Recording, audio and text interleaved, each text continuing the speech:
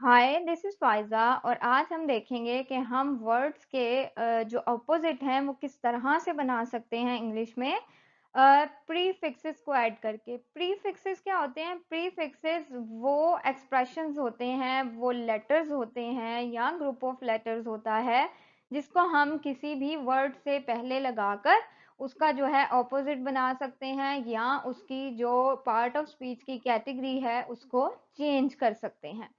तो आज की इस वीडियो में हम यही देखने वाले हैं तो लेट्स स्टार्ट।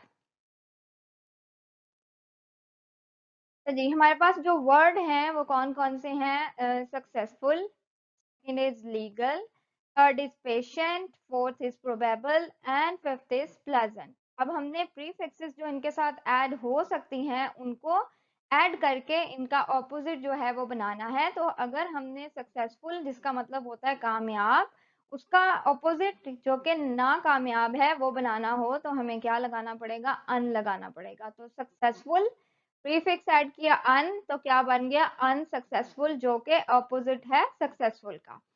लीगल है जी कोर्ट के मैटर से रिलेटेड और अगर हमने इसका ऑपोजिट करना है कि जी जो कोर्ट के मैटर से रिलेटेड ना हो तो हमें कौन सा प्रीफिक्स इसके साथ लगाना पड़ेगा?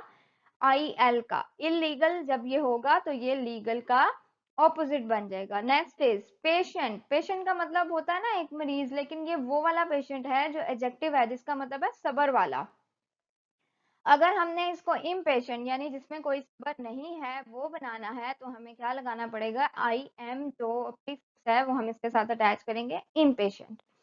Then is probable. प्रोबेबल का मतलब है कि जो जिसका ज्यादा चांस ना हो, शायद जिसके जिसके अंदर आता है कि शायद की सेंस आती है। तो अगर हमने इम्प्रोबेबल यानी इसका अपोजिट बनाना है कि जिसमें ये शायद वाला एलिमेंट ना हो बल्कि थोड़ी सर्टेनिटी हो तो हम उसके लिए क्या यूज करते हैं? अगेन इम, आई एम। तो ये हमारा प्रोबेबल का ऑपोजिट बन जाता है improbable.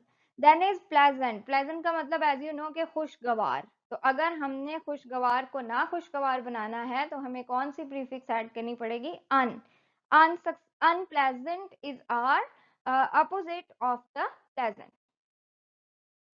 Moving on to next, consistent का ये मतलब है कि कंटिन्यू जो रहता है। तो अगर हमने इनकंसिस्टेंट यानी ऐसा जो कि कंसिस्टेंट नहीं रहता, उसके लिए हमें कौन सी प्रीफिक्स यूज करनी पड़ेगी? इन। तो कंसिस्टेंट का अपोजिट हो गया इनकंसिस्टेंट। उसके बाद आता है जी अग्री। अग्री का मतलब होता है मुत्तफिक होना, इत्तेफाक करना। और अगर मुत्तफिक ना होना या इत्तेफाक ना करना तो इसके लिए हम यूज करते हैं डिस का prefix. Disagree is the opposite of agree. Moral. Moral का मतलब होता है इखलाकी। तो अगर गैर इखलाकी तो उसके लिए हम यूज करेंगे इम, यानी मॉरल का जो अपोजिट होगा that will be immoral. Then comes satisfaction. Satisfaction इत्मीनान। तो अगर हमने गैर इत्मीनान कहना है या गैर इत्मीनानियत को शो करना है तो हम उसके लिए यूज करेंगे डिस। तो satisfaction and dissatisfaction. Qualified. Qualified का मतलब होता है पढ़ा लिखा। एंड अगर यहाँ अप्लाई किया है कहीं तो उसके लिए अगर वो क्वालिफाई कर गया है तो उसको कहा जाता है क्वालिफाइड।